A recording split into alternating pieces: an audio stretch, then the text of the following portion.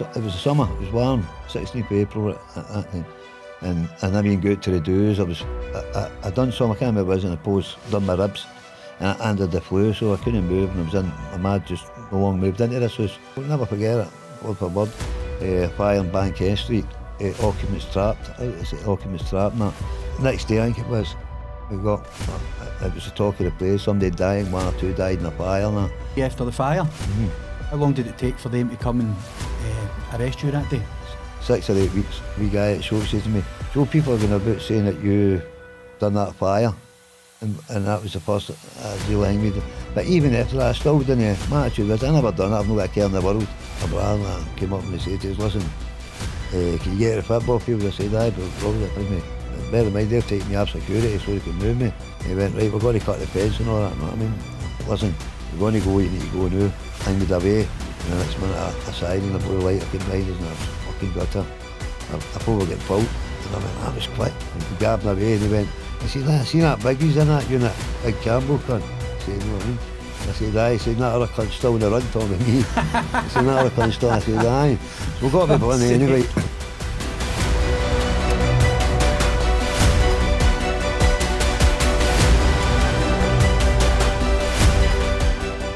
Joe Steele, welcome to the show.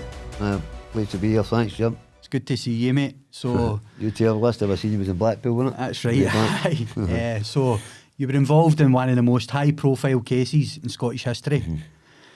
Went to extreme lengths to prove your innocence. Wrongly convicted, 6 murders. Before we get into that story, I'll take you back to when you were 15. When I went to the young offenders when I was 15. Actually, I get in 70, I get 2 years for, me and my pal got 2 years for not a post, and even this day I can't drive. He was driving, and we're really young, and we're going up this street, and with no lights on, and there's 2 posts at the ice cream man, and they're standing, they're turning to see the lights on it, and they're trying to wave us down with a torch, and I said to my big pal, "Put the boot down," but I meant, "Stop, brake, put the boot down," and he put the boot down, man, knocked the 2 of them up there, one went near a fence, and fuck knows where the other one went to, but I got away.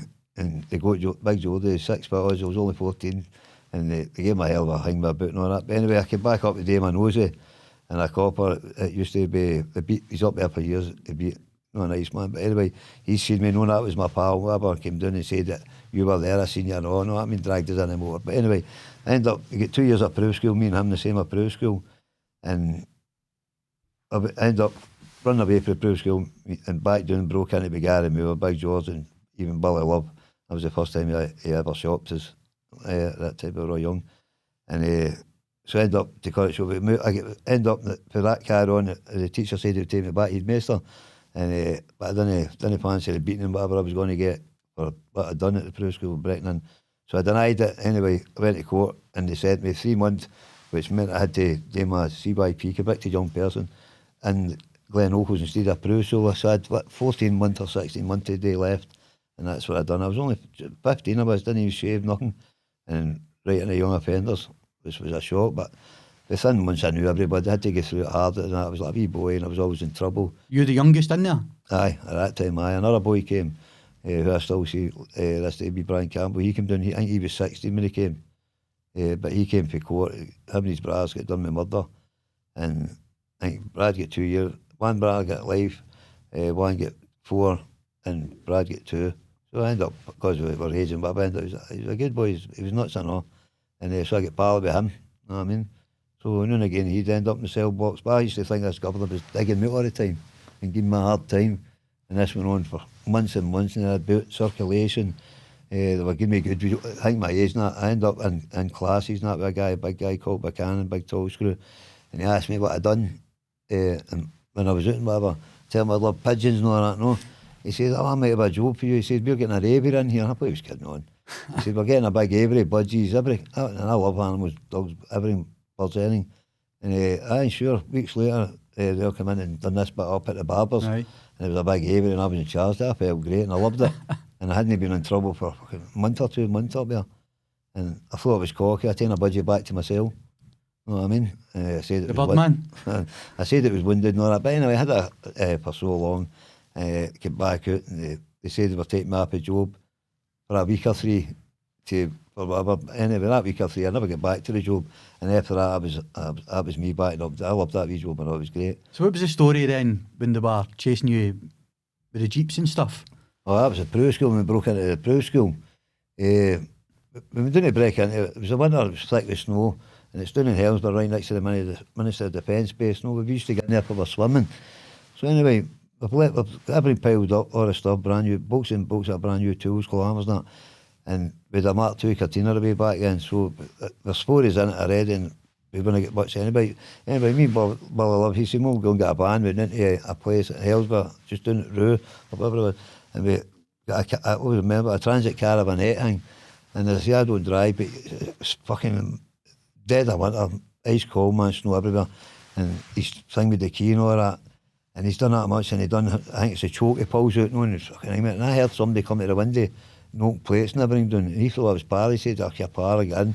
Anyway, he jumped in, goes back. So just as I get to the Pro School gate, there's 2 big jeeps coming. It's army jeeps with the big lights you get in the prisoner of war forms, honestly. And I think but we get by the first one, the other one knocked us off the road.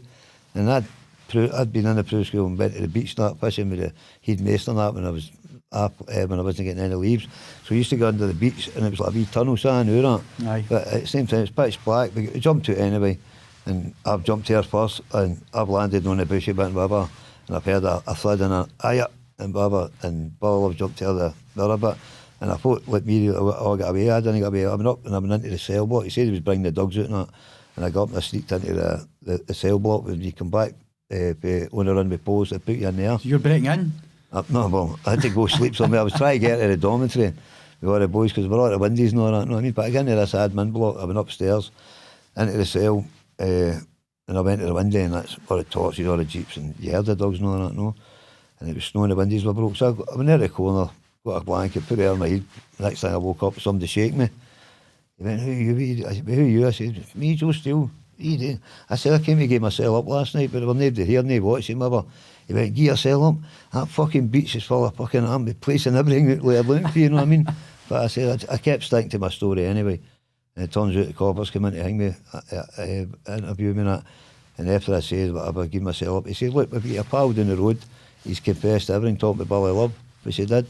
And he said he's got, was it called, hypothermia, and a few dog bites in his arse, with dogs attacked him. That stuck you in? Aye, I didn't half, man. Aye, fucking confessed everything. You know what I mean? He was about 18, 19 or whatever. We're 14, 15, you know what I mean? That's madness, Joe. And ever since then, I fucking hate him. And then the next thing, he's getting evidence against us in court, you know what I mean? Making lies up and fucking making deals at the court, swore their lives away. But anyway, so for that I went to Glen Oakles, no? Aye, so I'll move you forward to 40 years ago, 1984. 40, man. If you can talk me through that day, Joe, when you were arrested. Well, listen, I'm figure, I've been born and bred in a family base. I left camp time when I was 6 and I went up there, and I loved it. Even now I've still got the same pals, a lot of good neighbours and things like that, no? And everybody knew me. Everybody, I'd stick out like a sore thumb. They loved my do, as I say, but it was a summer, it was warm, 16th of April at that time. And I never even go out to the do's. I done some, I can't remember what it was in the post, done my ribs, and I had the flu, so I couldn't move, and I was in, my mad just no long moved into this house. She was in one bed, my granny in another, so I was in stay with my granny who was blind, and she always had that wee tranny with earphones and I loved it, like scanners and UVF, Aye. And we go to the post on her, all Robert's tranny, she go for a blind, we go to the post on it. And Chimera, I'll never forget it, word for word, fire on Bank Street, occupants trapped, occupants trapped and that. And I was saying, I said to my granny about it, where's Bank Street or whatever. And I think my ma said, crying over the case. We knew, heard it, we knew it was somewhere. And I said, well, that was a house on fire and the people are still in it trapped and that. And my old ma, always did her prayers and God bless her, all that she would do. She went, oh, God bless and save us and that, when I tell her that. And next day, I think it was, we got, it was the talk of the place, somebody dying, 1 or 2 died in a fire and that. And then as another night and whatever, and somebody else died. Aye. It started spreading a bit. Even though I was in I never, at the time, I don't think I fucking think with ice cream wars or anything like that, or Tommy Campbell or fucking McGraw, because most of the thing was anyway, with McGraw's problems with the vans and whatever. Tommy had a couple of vans and established and whatnot, and then he gets out of jail and McGraw killed him, and after that it was fucking, what you call him, video bans and all that up there. You know what I mean? McGraw was just money mad, and all this rubbish about drugs. He moved in there, man, to design bands and all these schemes, because the more bands you go, the more money you got. Do you know what I mean? And even a way back as early as that, and when I was talking to him, I tell him, there's no way anybody's coming into your family. Old Jimmy Mitchell got this, had been in there for fucking years. Everybody knew him. He got on with everybody, he was good with everybody. He was never leaving. It was McGraw, he was just wanted to take care of everything. He wanted a lot of bands. Tommy ended up with bang, a palm, whatever, and there wasn't any fucking problems. Everything was fine, and everybody knew him. He didn't need any problems, because if Agnes's band wasn't at that stop, whatever, Jimmy had 3 bands around there. They always had a band, and there was no, at that time, no fucking, then McGraw kept me saying. So how long, see after the fire, how long did it take for them to come and arrest you that day? 6 or 8 weeks. Can you talk me through that day when they came and got you and you were driving down the motorway? I'd been pulling a couple of times while I was right, and then at times I pull my head in my hair and all that. They come in, and come in and they go, "You drive?" I said, "I can't drive. That's the first lie you've told me," and they'd go and all that, things like that. And they'd come in and say, "I bet you can, your dad dies skint and this and that, your brothers are all in years, and I bet you couldn't even get £400 and if you tried," something like that. He said to us, no. And it's been mentioned a couple of times. So it turned out somebody said that they'd been paid £400 to torch the cellar, like something like that, you know what I mean? And any kind of a brain, a fucking full house, wiped out for a fucking £400. I'd get more on a biler next door to me and scrap. Do you know what I mean? But although I never done it and all the rest of it, I still fell for it, and I was hearing people, and then one day a wee guy at the shop said to me, "So people are going about saying that you done that fire," and that was the first real thing we did. But even after that, I still didn't, my attitude was, I never done it, I've not got a care in the world. I knew they fitted people, I knew they'd done it with my dad and all the rest of it, you know what I mean?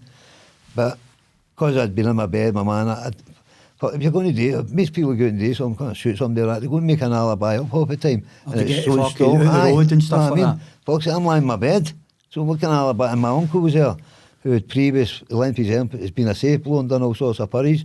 My ma is your ma, and my granny, who was totally blind, fucking wasn't much an alibi. My neighbours had been in and out and things like that, you know what I mean? And I would care in the world. Last thing I thought was I'd never fucking get accused or blamed for that. Anyway, eventually the morning they came to lift me, my ma said, "They're a post, son." And I said, "Well, where am I in?" But I'm fixing meaning at the door. They were coming up with Pa, for certainly not going to wee Miss McQuaid and that. People never ever got any trouble in the close and that, right? And when I said that to my man, I think the next minute they've come up and chapped the door and then walked in. But they were making out as if when they came to hang me, the door was open as if they say, "Oh fuck, I'm here, come in." You know what I mean? They've come in and read the hang me and that, and my man, everything's fucking shouting, "Ball, my boy never hang me this and done that." Take me into the motor down the stair, cuffed me, take me down the stair. The motor, there's people walking by, that had known the scheme. The lassie down the stair, her boyfriend's ma went nowhere, stroke or whatever, and the ambulance was there, and Dolly's brother Matt was outside. If I knew, or even an inkling they were going to put me up and tell me things like that, then I'd have been more alert, and fucking, my attitude was, I never done it, fuckies.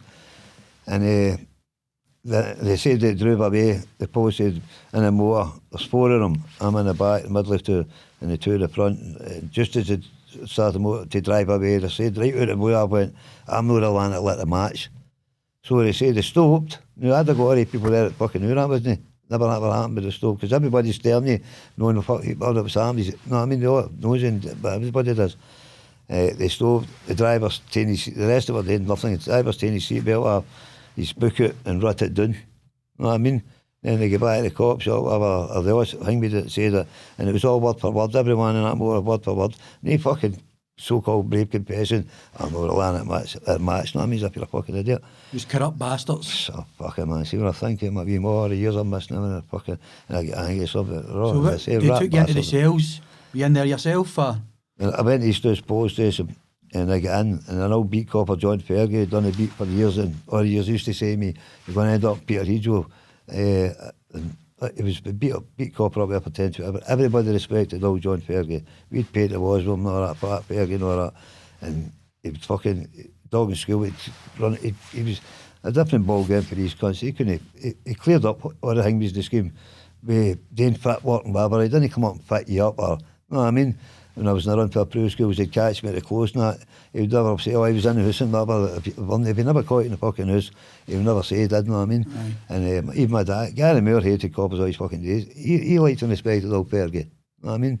So see that day? That day I went to the cop shop with all these coppers and went in there.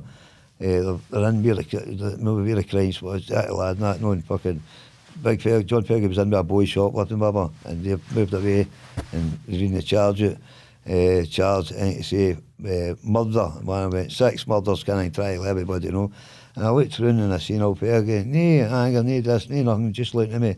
And I'm fucking that screaming, I've never done this and that. But then it's fucking, I'm getting charged, you know what I mean? I'm that screaming, I've never fucking done this and that. And nothing, he's fucking nothing comes out. And I'm in shock. And I'm in my head, I'm going, he's saying to himself, I warned you, I tell you, Peter Heed and all that, everything fucking crazy. Go around and they tamed me for there. I don't know why they tamed me, so I'll be back there and they stopped fucking, they would either take you to Bear Street. But anyway, tamed me back out, charged me about 10 minutes later, tamed me in the motor and tamed me down to Bear Street, go down the motorway. And this one, the fucking one that pitted up behind me, he's turned and he's looking at me and I'm looking at him. And then I must have got in his mind by a certain bit and he went, that's what you done, you fucker, he said to me. And I done it, I turned round. And I looked in the house and the tarp fly was off fucking, a window out, you knew it would mean in fire. Old tenements, wasn't it? Aye, it was off, aye. So you were driving down the motorway and you could see them? Aye, he said that? I was just driving, I didn't even fucking know that's the truth. So he turned and he's watched me as if, I wasn't out after that, he must have thought I was going to go, all that. Aye. Anyway, he stared at me and I thought he was just been fucking back to wide again. And when he said that, I looked back. If he'd off a brain fucking years later, he'd have realised that with off a brain that things were hanging me, I never had a fucking clue.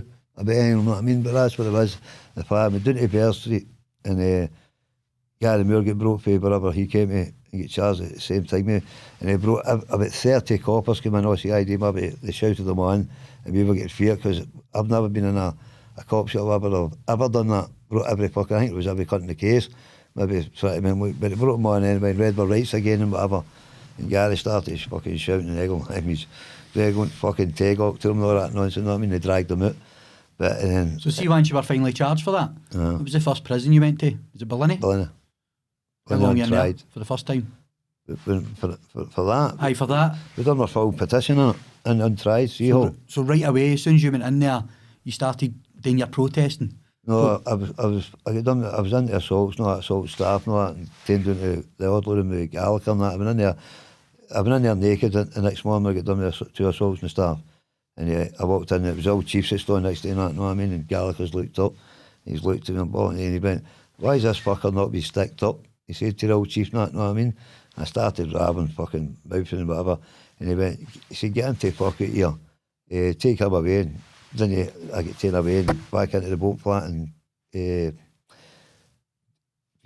see home. And then the next morning, they opened my door, the chief and all that, and threw my clothes in. At that time, used to have clothes all used to go outside the door. Do you know what I mean? Shoes, everything you like on at night and all that. I had all that for years. And that was all. So anyway, I opened the door and the screws at the hall, gave my gear and I'm in. And then they've come in and said, order them, and I've been down. And I hadn't seen anybody.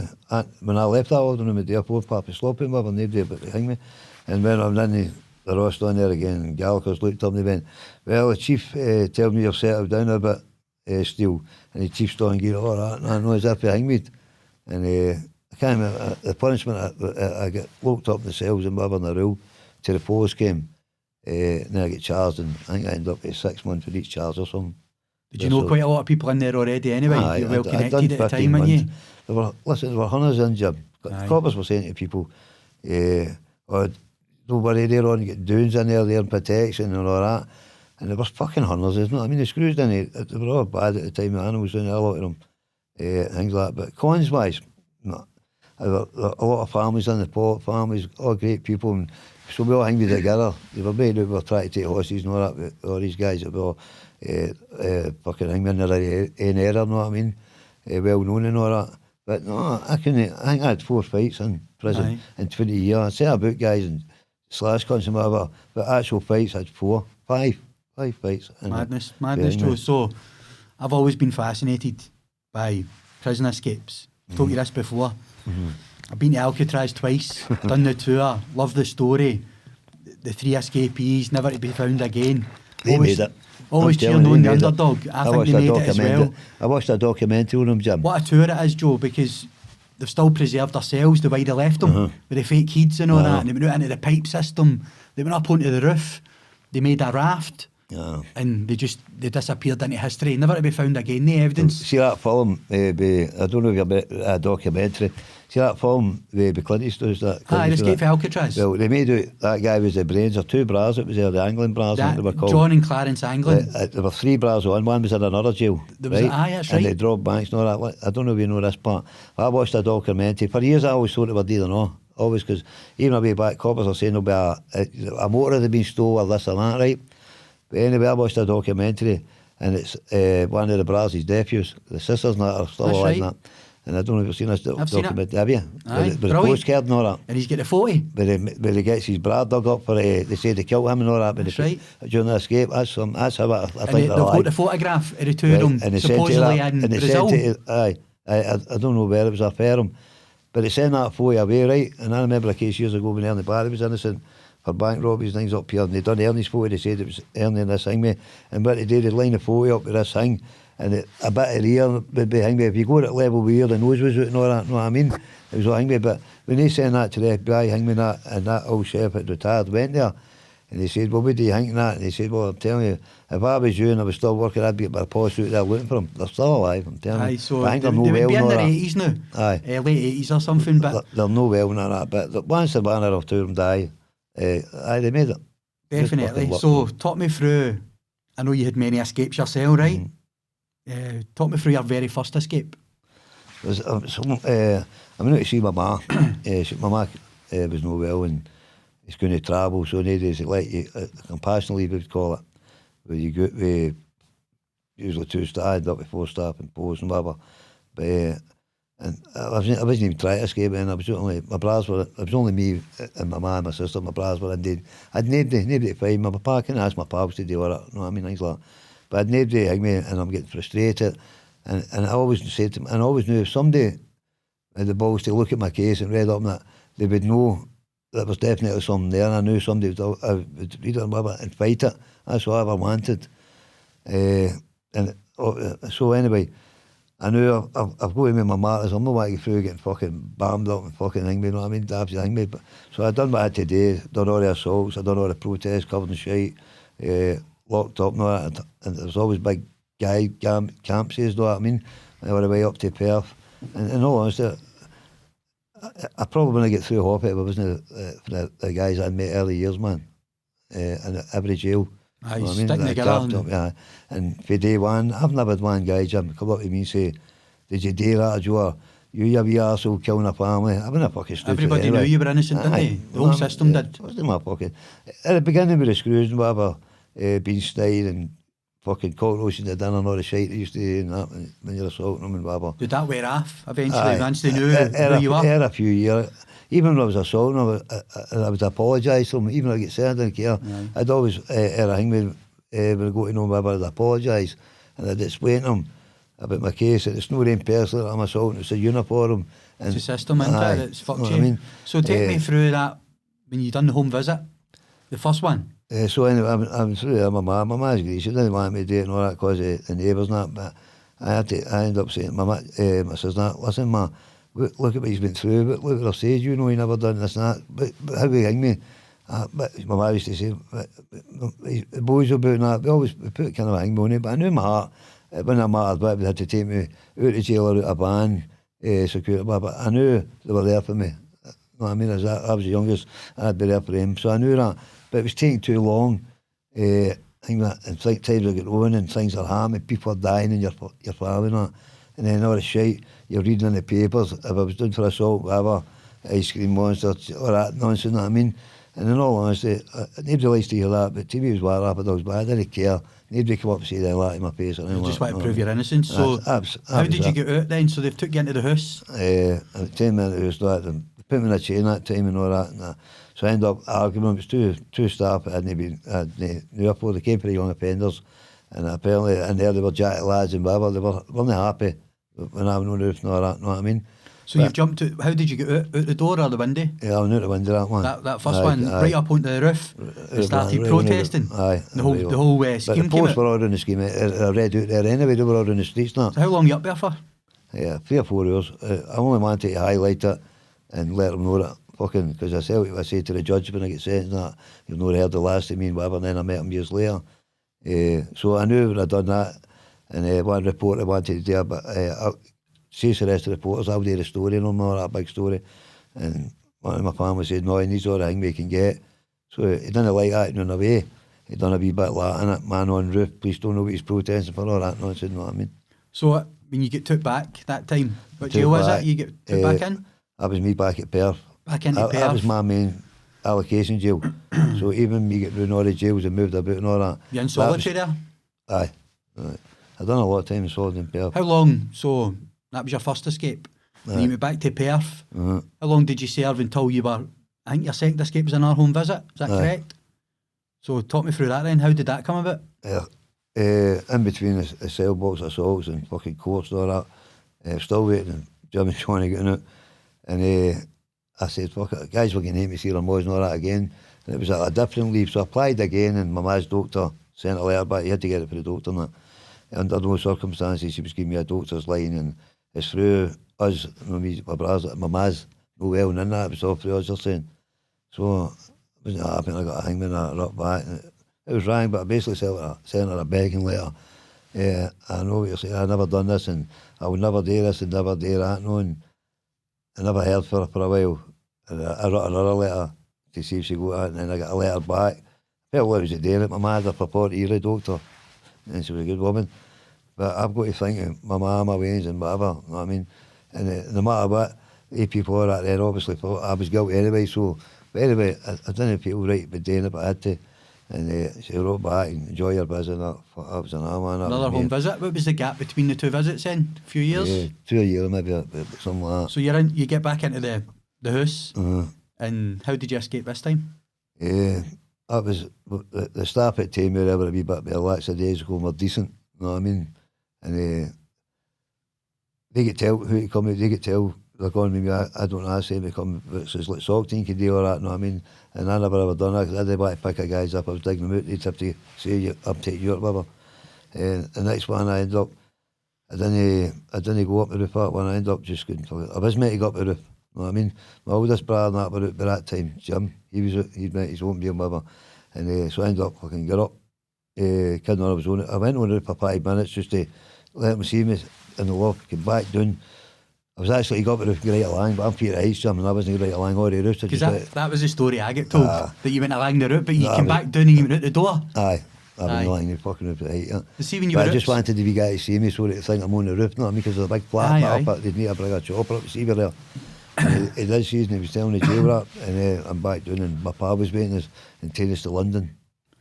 So that was you right out straight down to London right away? Well, I knew I was going to do the Palace thing anyway. So that was your in your mind already? I was so taking out to escape to run away. You were going to go to Buckingham Palace, it was planned. Yep. Handcuff or glue yourself at the gates? Both, I done both. You done both, and put me through that. Must have been some scene. It was by that time it was a summer, it was fucking Scotland, it was great. I had a leather jacket, I had a t-shirt on myself, I did the alley. Seen the photo. And so the posts that were blocking the street coming with fire brigades and ambulance, and I was so nobody could see that bit across the road.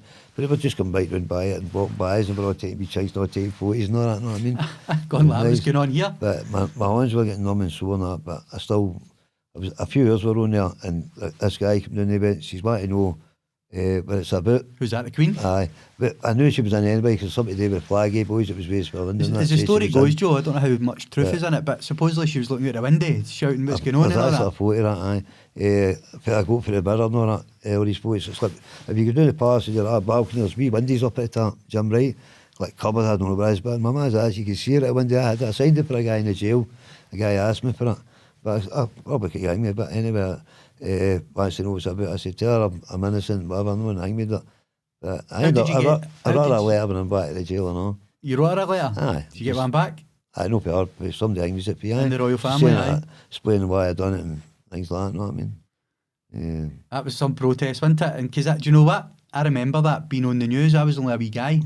and I think when I stayed in Cranhill, Bell Rock Street, I stayed down there, and I remember watching it on the news because my man or that was saying, look, there's Joe, and I think they said he's handcuffed himself to the gates. I done that, and they cut him off, and he went somewhat. I don't know why he's there. It only takes us 2 minutes of paving him, and he's cutting it. And I said, well, we had 2 minutes now because he didn't know I was super glue. He was fucking raging. Yeah. So obviously they've took you straight back up to Scotland. I stayed in Charing Cross police station for one night. They said, do you want to fly up in the morning? I hadn't been up playing. I said, I want to fly up. A couple of hours go by and I said to him with the buzz, and he came. I said, what's happening? They're on their way down for you in the motor. I thought I was to fly. The pilot wouldn't take me because I protested. Right? It was in the paper, he said that, no. But he came down anyway and got us, and we're driving back up the road, and I went to speak to them, piece to us, and I was just sitting there. They bought McDonald's, asked me if I wanted one, and again at this, I don't talk to schools like shit, but anyway. And it's a long trip, but isn't it? So I fucking be with them. But anyway, I ended up with one fucking later on up the ride. And I hadn't had a McDonald's, I didn't know what it was. And it was wee budgie seed and all that on the roll. Aye. And I'm picking it up, and he went, what are you doing? I said, I'm picking these seeds up. I don't know fuck where it was. I mean, but. So that was you back up. Where did you go? What prison did you put in it then? They put me back to Stockton. Stockton, so as the story goes. But I was still security, so wanted me to take me up security to get me. And I think it was Shots I was to go to. And I always try to get to Shots, Jim, with Tommy. And every governor I got to, I was always getting knocked back. They didn't want us in the jail and all that, you know what I mean? So you were took there? And take me there. Didn't it take you that longer? No, because they were going to move me within 2 weeks. And I go to visit, and my brother came up and they said to us, listen, can you get to the football field? I said, aye, but Robbie's a pig me. Bear in mind, they're taking me up security so they can move me. A jail better. I said, aye. He went, right, we're going to cut the fence and all that, you know what I mean? Although I knew he would do it and all this, I didn't think. It was going to happen so quick? Aye. So it was only a week or something, wasn't it? Less than a week. I think it was going to be around 2 days or something. It was a pitball. The jail team were in a league, like Coxsna, they were all good players, and they were in a league, and it was the last day for the cup. Yeah, you know what I mean? But usual fucked up. What was the distraction? You said there was a decoy or something, and then... But the boys were with me. Aye. I want to try to... Everybody knew, when we were out in the park, every country knew the was there bar the screws, you know what I mean? But in my mind, I thought they were waiting me going through, or somebody going through to see who it was. And I ended up, my pa was there, and O'Neill Drummond went, listen, you're going to go, you need to go now. And he kind of assured me to know, and I went through. And I went down to the back, I was to get them, or the motor rubber, and I couldn't see him there. I seen a big guy, fat guy, looking at me and whatever, and he done that to me. He had a lorry. He went, Joe, it's me. He was in my class at school, the boy, primary school and all. And I've jumped in and I'm cuddling that, and we're hanging away. And the next minute, a siren, a blue light came behind us, and I was fucking gutter. I thought we were getting pulled, and I went, that was quick. You know what I mean? I was only fucking out the gate, out the fence. But it turned out we stopped anyway, and I said to the boys, look, just say that I was in the girls at one time, Jim. Just say that I knew you for the scheme, whatever, and I said to go and give me a lift home and whatever. Anyway, we stopped and they went away. He said it was towards the airport. And then going to the motorway and whatever, went to see my brothers at school. I was to get them, all the boys for the scheme. They weren't there, and I ended up going to a pal's house in Carntine. And I found out there were five or six, I think it was. But I was proud that was the biggest escape in Scotland. Oh, it was I think everybody heard about that one. They all went just for the fucking thing, mate. You know what I mean? So the thing is, they wouldn't even take them to court. They ended up, they taking them to court. They want to plead till you get 6 months. And I try to talk to guys out to no doing it, so they'd come to court. And everyone I super glue to court and everything. Every case get thrown out, every escape. Aye. So see when you were out that time, how long were you out for? First time I was out fucking not that long, and the second time a wee bit longer, as I think maybe longer. But I was always feared of getting caught. I always wanted to give myself up. With a protest? Aye. So I know that you, with that escape, tell me how accurate this is. I know you went to Berlin and you went up the pylon. Aye. And that's where you done your protest. I was nowhere. Scared of heights, I know, and you're away up there. Fucking. Johnny Boy was wanting to put me on a big crane. I think the two that big fucking big nuts. Aye. God, I fell off. It was fright. I would never. He was on the wind and that, no. But I ended up on that pylon. It was great, man. There were guys coming in the bus with court banging and all that, you know what I mean? How long were you up there for?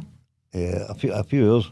But as I say, I thought it was my appendix, and I had to. It was in my pulse, and actually, I was crawling up the top flat, chat at the door. I was in agony because I didn't want to be caught in my pal's house in Rutherglen. And you could tell I was always fucking short weight. But anyway, I held it as long as I can. And see that when I went in the taxi, table in it, Johnny Boy's with me, but he's no You one. got a taxi to Ballini? Aye. So Johnny Boy got up at the shops, right? He said to the guy in the At Smithycroft? Aye. Aye. Because we didn't want to go to the taxi and then he's roped into and all that together. The taxi driver said, I said, knew we got to Ballini. He says, best unit. He said, my cousin was in there. Aye, my cousin was in there. I went, who's that? Jimmy Boyle. Jimmy's got their cousin Eric, you know what I mean? Like, one of the ones I went. So I'm looking at it, and I know Jimmy's family. And I knew Sarah and all that. And so I was going to say my person, but I didn't believe him anyway. And we grabbed him away and he went, I said, I seen that Biggie's in that unit, Big Campbell cunt. He said, you know what I mean? I said, aye. He said, that other cunt's still in the run, Tom, with me. He said, that other cunt's still. I said, aye. So we got up to Ballini anyway. we got up to Ballini and he stopped right at fucking, basically piling, but where the screws could see the window and that. And I went, go ahead, do my favour and hang me there, mate. You know, a bit, but you got upstairs to into the visit now. And he's like, anyway, he's hanging me doing it, they're scoring on us. And I said to him, I said, much as that? And I gave him it. And he was going to hang me the shade. I went, listen, mate. I said, I'm that cunt that was on a hang me around that. And he's looking at us. And he was going, he didn't know what he did. He tried to give me my money back and that, no. And he said, I said, I'm going to do a protest. And he went, that's all the best now.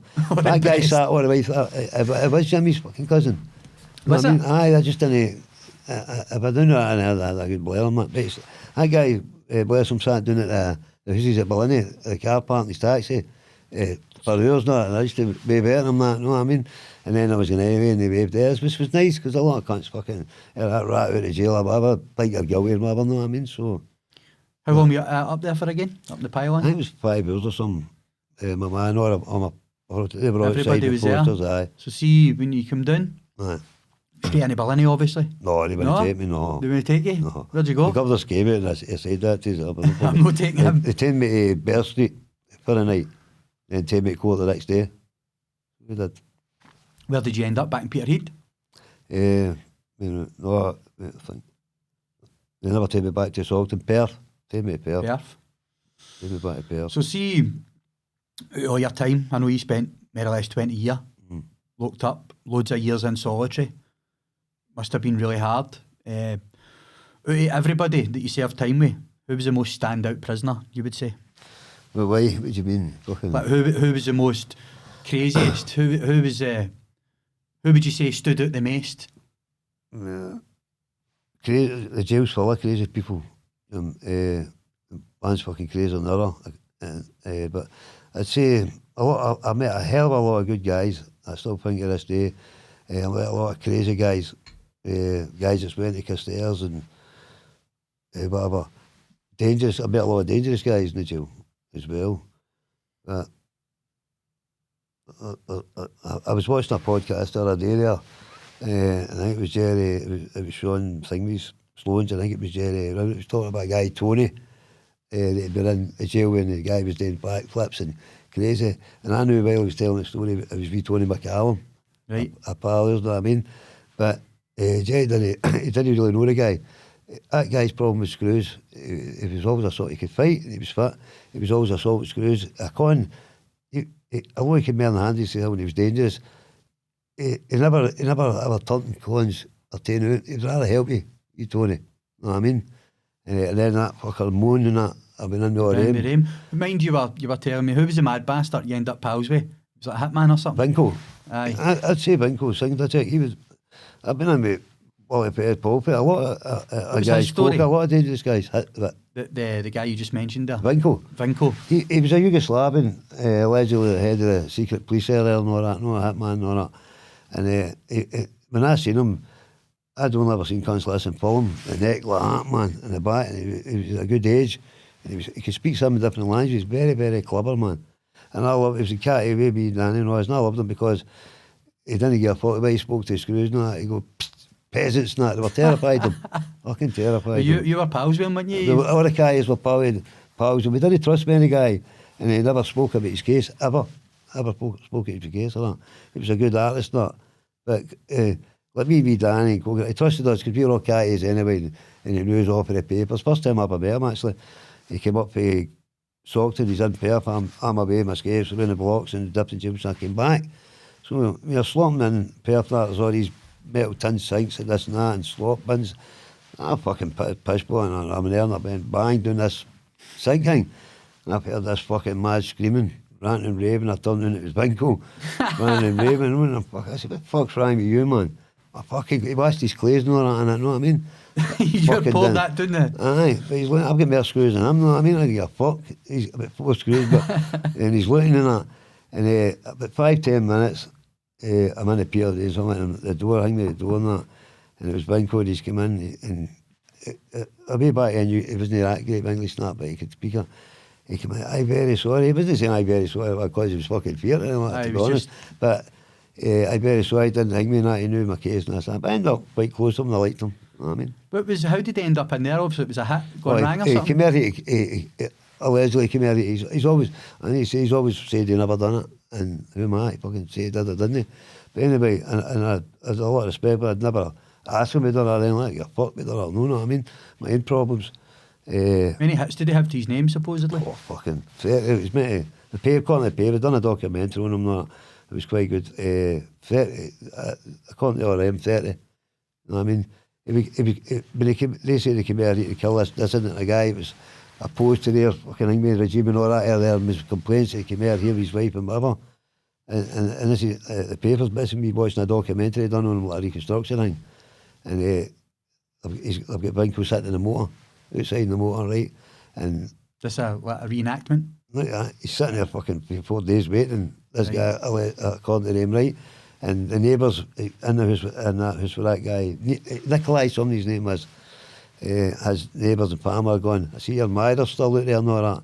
You know, I know in Glasgow, it's one or two things, I had a copper's wash or some countries like to do you in. But 4 days I'd get the bear and get down and see the fucking look for whatever, no, I'm still getting para. But anyway, that guy ended up, he's dug a big house and he goes out and he's walking by and he, I think we get a bear and he stopped to the motor and the window goes down.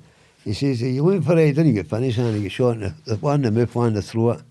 I can't remember if it was the arse. The dog get killed. And so he thinks he's dead. Anyway, the guy drove away and whatever, down the motorway, hang with the gun out through the window in the motor. That was one so long later.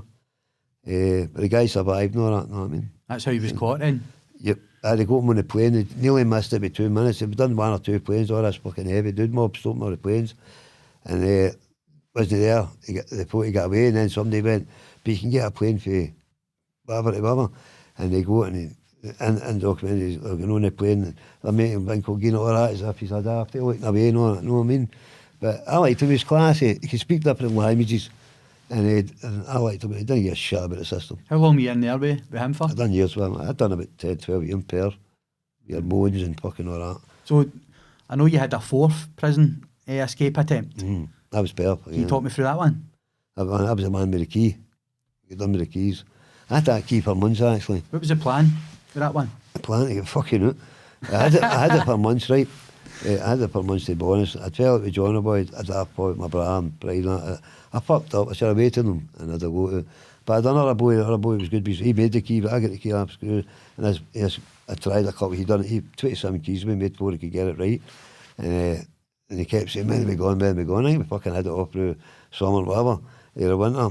And I gave a scrubbing of my word that I wouldn't escaped unless I heard I'd lost my appeal. And eventually, months later, a guy came up and said, he gave me this fucking thing like a garden paper, big massive paper, and he said about me lost my appeal. You know what I mean? I was meant to go up for appeal, and he said I'd lost my appeal and all that, so that was all the thing I needed. Me and Big John were in D-Hall. Well, I don't think we were cat at the time, we were escapees, direct escapees. Prison's this again? Perth. In Perth, right. Aye. Even though cat with all the screws and the poles and that, I could get down, I'd be put into strict escapees because jails weren't really want all that hassle. And but when I still went out at the post and all that, you know what I mean, a little escapee. So anyway, me and John every morning going to work, when they looked up, we got to work, and the metal detectors rang me, and see, because all the shavings and my denims, it was fucking, you couldn't see it, you don't hide the fucking with sandpaper. They used to make us change my trousers every fucking day, cause of it. But they couldn't work out all this noise, all this thing, you know. With tax saws everywhere, me and that biggie. And we'd bury them, blank them everywhere, one in one shoe and under the sole, and John used to paint them on the wall. black tape in it. See, when Mad Samuel was fucking crashing the ceiling on Robert Moon, he must have knocked it off. They got a search one night and they pun it. And Sammy thinks they're fucking setting him up, he's going berserk. You know what I mean? I had to get down and admit it was mine. How are you getting him in? I'll tell him what it says. And fucking, maybe he's going to report the fucking axe was missing when I've got consulars in there. I mean, they just get themselves into trouble. Did you dress up? What was the John story? dressed up as a cop with a hat, the whole shebang. And I was dressed up as a civvy. But I must have been still can't everything because I had 4 screws at the time, and that's what fucked it. See, when we went out the back, I went there to see how I was to get another boy who'd done a long time in the jail and I had a lot of time for. And I went there, and I'm not hanging as an excuse, but when I went there, I would have go to be. But I gave him a word and whatever, and we threw a hell of a lot in the jails, boy. And I went there in the back way, and went there to his hall. It's crazy by the halls, they hang me up each other like a star, and the pens and all that. But we've got the key to the pens. So anybody goes there, and he's came to the window, and I knew right away something wasn't right, man. He's going, I can't just go. I said, so the cunt that dishes out the medicine, or the cons and that, was standing right at the gate, they'd been there for ages. And I had to get a certain time because in my book, they changed every one we go and get his tea. If he signed the book, pass it out to the next screw, but he'd need to see me. Cat A regulation, so you are. Aye, so anyway, another cunt tell was lies that wanted to come with a guy who was done with rape, and he caught us hanging with the look, try to hang me and that. And he asked to come with us. He was a young boy prepared, and I think he'd just be saying or whatever. And he wanted to come with us, and we said, John looked at us, and we knew we weren't going to take him. We said, aye, but he'd have to look at his window and watch the green doors when the ship, the late ship came in. He said we put the loco on it, you know what I mean? The double. Aye. Could I fucking go a double or not? We could take a loco. And he said that it was up. He just said, just hang me, but we're not interested in taking him. And my pal said, just go. And felt lousy, but time we got in and bumped into the screws on my book, he just went out wherever he went. And I even had to say to him, you all right? He went, all right, and he's looking at us. I don't think he read because of the bonnet and all that. I think he wrestled Jim at first. But anyway, we had to brass neck and walk out of the busy room. When you open the first door, you open it with a horn on it home, and then you put your key into the grill thing. So I opened the thing with John's got his chain, and everyone's got the key out. He's hanging with this cunt still watching us. And we get in, and we go to the toilet, and John said he's talking to somebody in our screw. But after it was funny, he said to our screw, Joe Steele's away in there. Our officer, I didn't recognise his only cell, and he went into the visit room, this guy. Weren't really even sure, I don't think, but then. But when back into the hall, the screws were on there, and he went in and ran. My coke knew right away, my pal was kept all the guys out the cells for us. He knew right away about Roger Waters ran in, no? And the PO in the hall was the man I said about, and tell you before we come on about, in Berlin, he was at school with the Doyle family and that, and came for the case. Aye, that's right. My first assault, he went in the head, pair her up. But anyway, he was my PO then, when we go in Melbourne then. And I sure as fuck, they came and they didn't want to ring bells or nothing. The guys went to go behind the wood in my hall, you know what I mean?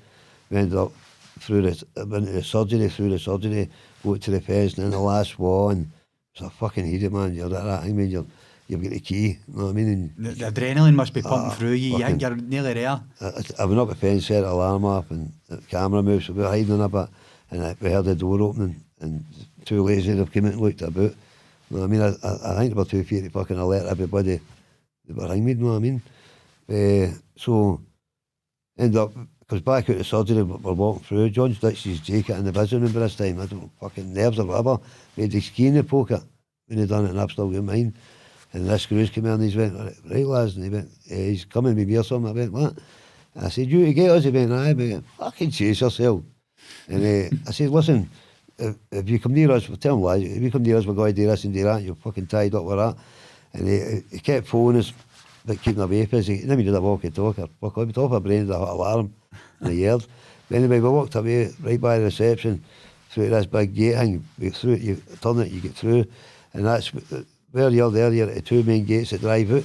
You get to a band to go to court, that's where you go. So we ran in the first door, it was open, we went right upstairs, and it turned out it was the locker room and all that, you know what I mean? But in there were bars in the roof and that, were fucking raging. Next minute, 10 minutes, 5-10 minutes later, this wee cunt came popping up the stair again. He's stoning. He went, listen boys, and I said, listen you, I said, we could have alerted you, fucking tied you up, left you here and told you, I mean, you better tell the truth. I was saying, he back, he said that, but I mean, he went, no, and I said, you're all right. There's about 40 of them down there, Joe, he said, but you'll be all right, no, just thing me. Right, fucking tell me, never hurt you, never. down the stairs, not a cunt there. It's a fucking wee lying bastard. Aye. I said, where the hell he started laughing, he was shitting himself. Just as that Governor Stuart Angus came walking through, no. How you doing, Joe? How you doing, John? He's up there. I said, no, we're trying to get home. He started laughing. He's hanging me the screw. He went, fucking caught him trying to break out. You know what I mean? But he's looking. Madness. Aye, but no hang, we just walked right into the hall with him. That was it. Forgot about. No charges, no. No, but what I did all my not guilties for Stockton and the other ones, you know what I mean? And I went with super glue and all. I was turning them into a protest with t-shirts and all that. And did the fucking even charged us. You know what I mean? Put me back after. I went for there to the Wendows and all that, passed about back to Peterhead. And that was the only thing that I hated. Or further up north, you know what I mean? I know you got out on appeal. Mm-hmm. What year was that? First appeal was what we were in back then. It was 12 or 14 years. 84, that was 96, first one. 96, you got out, you only out a year, is that accurate? Aye. 12 months or something, 13 months. And see, in all honesty, Jim, that was the last thing. My lawyer came up and said, we're going to appeal and all that. I was actually in Peterhead. When I got word back, I'd be going to the appeal. That was when I get sort of cell blocked, and I was telling you about. They put me in Peterhead. I was up there in my fucking cell, I was demented. There was a Dunblane hanging on with all the remains in the paper, and my head was fucking smashed, right? I'm only one there, it's a monster calling the brother, or I wasn't in the jail we used to get it. And I'm in the cell myself, we're painting fucking plastering all around about us when they put us up there. And I went to dirty protest, hunger strikes and all that. I came down the route with all the riot gear myself and that, and the screws are saying, remember me, Joe, and that? And I was fucking raging, I was gutted that I went there. And I just stared through them, or even the guy in the reception, I ken your fair and that. And I totally blanked him, you know what I mean? But an hour later, when I'm pinging me down a wee bit, my man didn't even know I'd been moved or all of that. And I said to I put him in the buzzer, I went, guys, I use a phone. He said, the canteen guy, you need to see him. I said, we're going to ask him to come down. I'd been up Peterhead twice, locked into the 10-man unit and all that. It was a jail in Peterhead, but a different war room and that. Right. I've been up there 14 months. But anyway, we screwed in the reception, all joke. And he was trying to talk to us, I blanked him and all that, and he was kind of a hurted man with your dad and Jim and all that. And I came down to the hall, into the cell block, and the governors have been to see me and all that. And I asked him about the phone, he went to the canteen. I said, we're going to ask the canteen guy to come down, and they bought it, but an hour or whatever later, my door opens, and I said, we joke. You fucking want to talk to me now, do you? The canteen guy was like, but I ended up, Jock was a good guy, I ended up a good day with him. So you were released on your appeal? Right, so I had to, we left Peterhead, went back to Perth, right? That was after all the years up there. I broke me Jock Donuts and a pal up for the last few months, which was a blessing for my sanity. I said to before I get there, Jim, I tell the post, I tell Peterhead prison governors that he's a fucking tampering my mail. Tommy won that ruling, and Lords and all that, no, they can't open their mail. Or they can maybe open in front of you and give you up, they couldn't read on that. But I knew something wasn't right, but my mail was fucking hanging me. Sometimes it was ripped and birthday cards with no money in it and that for people. And I kept saying, he said, you're paranoid. A new governor coming in like I said, the other ones were alright. He says, you're paranoid, we don't do that and this and that, no. But the post will look for my bra, allegedly for fucking murdering one of my campaigners. A guy done a lot for me, and I went to my niece, my wife's niece now, and broke into the House of Commons. The guy done everything. Anyway, I'm listening to yous. After moaning about my mail and all that, I was listening to yous in the tranny, and then I never used to give it for my sanity.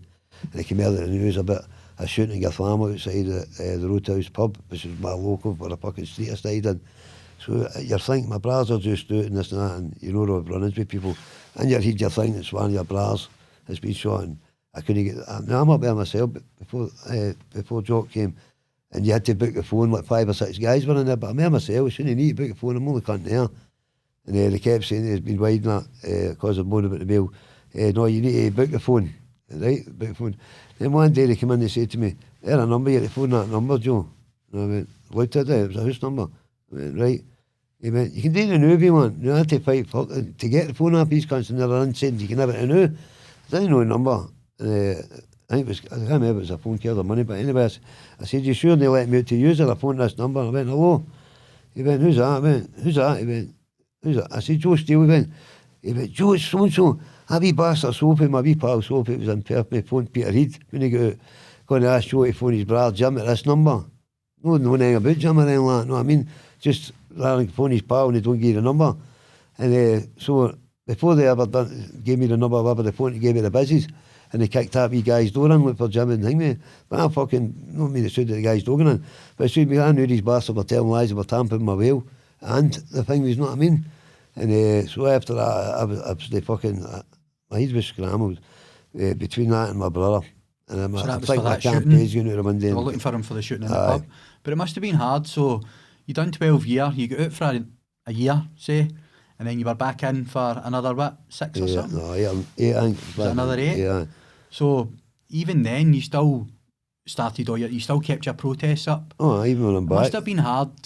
You must have been institutionalised. Oh, fuck, of course. Yeah. They say you're institutionalised after 5 years, 7 years, of course. You're more or less 20 years in there. Talk me through when you actually did get it. For like, after your second time, after the appeal, you went back in, you done another 8, and then you were finally out.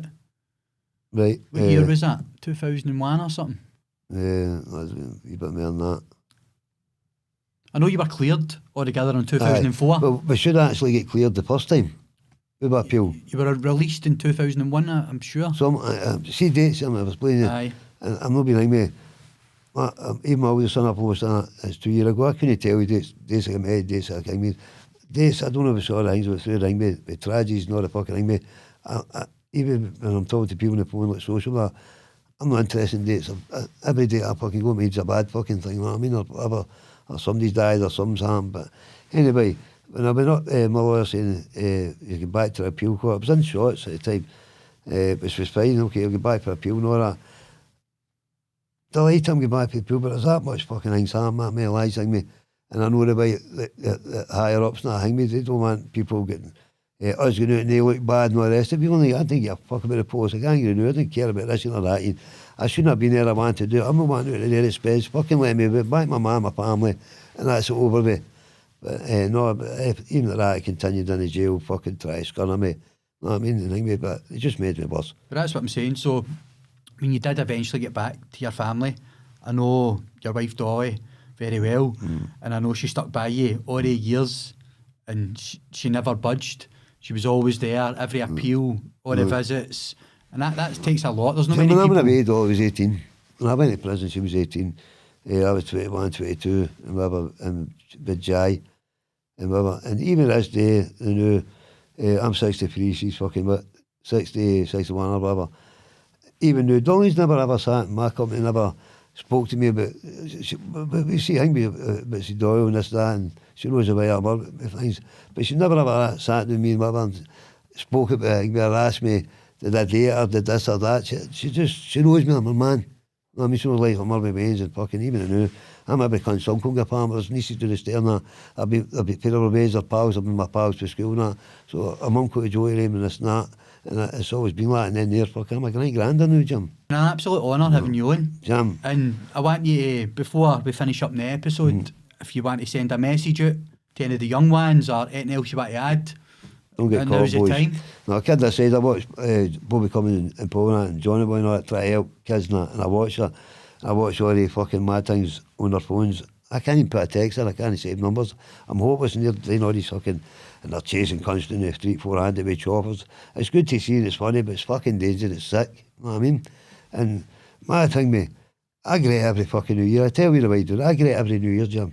Thinking of my family. The minute the bells rang, my tears fucking rang. And I thought every cunt, even this day, all the people I've lost now. And it's a fucking, my thing, me, fuck it, get a job, don't go to like, don't waste all your years, parting worry about your birthday, don't get in your missus, down your man, fuck that, man. Most horrible place on the planet. And it's bad enough, we've got these fuckers out there putting people up, and then you get into jails with their screws. It's been battered and fucking treated badly when they were school prefects or whatever, and they're taking out in cunts like us, you know what I mean? But I've been through it, I've been through some heavy shit, and I was chained to beds, I've been through shit out of me with screws, and I've had square goes with screws, I've attached screws with this and that, but you give back to them, and the ones that I can respect these guys. Like, McDuff, he called me back, he came down, McDuff was gutted that he put me fucking Peterhead, because after saying on him, he gave my word and all that, no, I mean, all the years I'd been fighting in a cell block, so But one thing I will fucking say him, I had a lot of good governors, a lot of rat governors, like that fucking Clown Jackson that Paul and I was talking about. But Mike Duffy came up to see me when I was on my worst ebb, and Peter Heath was up for a meeting with governors and that. Didn't he come down to the cells? He came in, first thing out his mouth was, hey Joe, how you feeling? I mean, I'm fine. He says, I know I wasn't fine, I was fucking some mess. He went, I'm not going to ask you about the key anymore, I respect you for that. Sat me a couple of hours and we spoke about everything other than jails, and he spoke with my family, and he done everything but say he believes I was innocent. At one time he said, but we tell it was Gary. I said, what my stuff, it was Gary, I'd fucking tell it was Gary. Gary was an angel, you know what I mean? But people make up that much crap, don't they? It's a mug's game. But listen, like I said, it's been an absolute honour having you on the show. I'm sure we'll do a part 2 somewhere along the lines. You've got that many stories to tell. We can't fit it all in the one episode. I know, but people always say to me, I'm about a book, no, write a book. I never ever wanted, I've had it for years, I've never wanted to be rich, I want to be a millionaire. I want my family, my ways, and be happy, my fucking dues, whatever.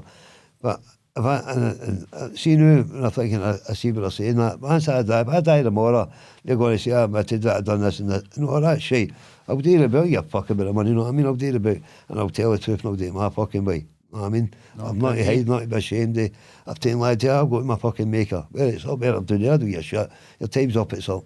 You know what I mean? Well, you're a true warrior, and a great story of never given up hope. I'm going to get through it. And battling through it and getting back to your family. So much respect to you, Joe. Thanks, yeah, and appreciate it. Thank you so much for coming on, my friend. I appreciate that, mate. Thanks. Thank you. Thank you.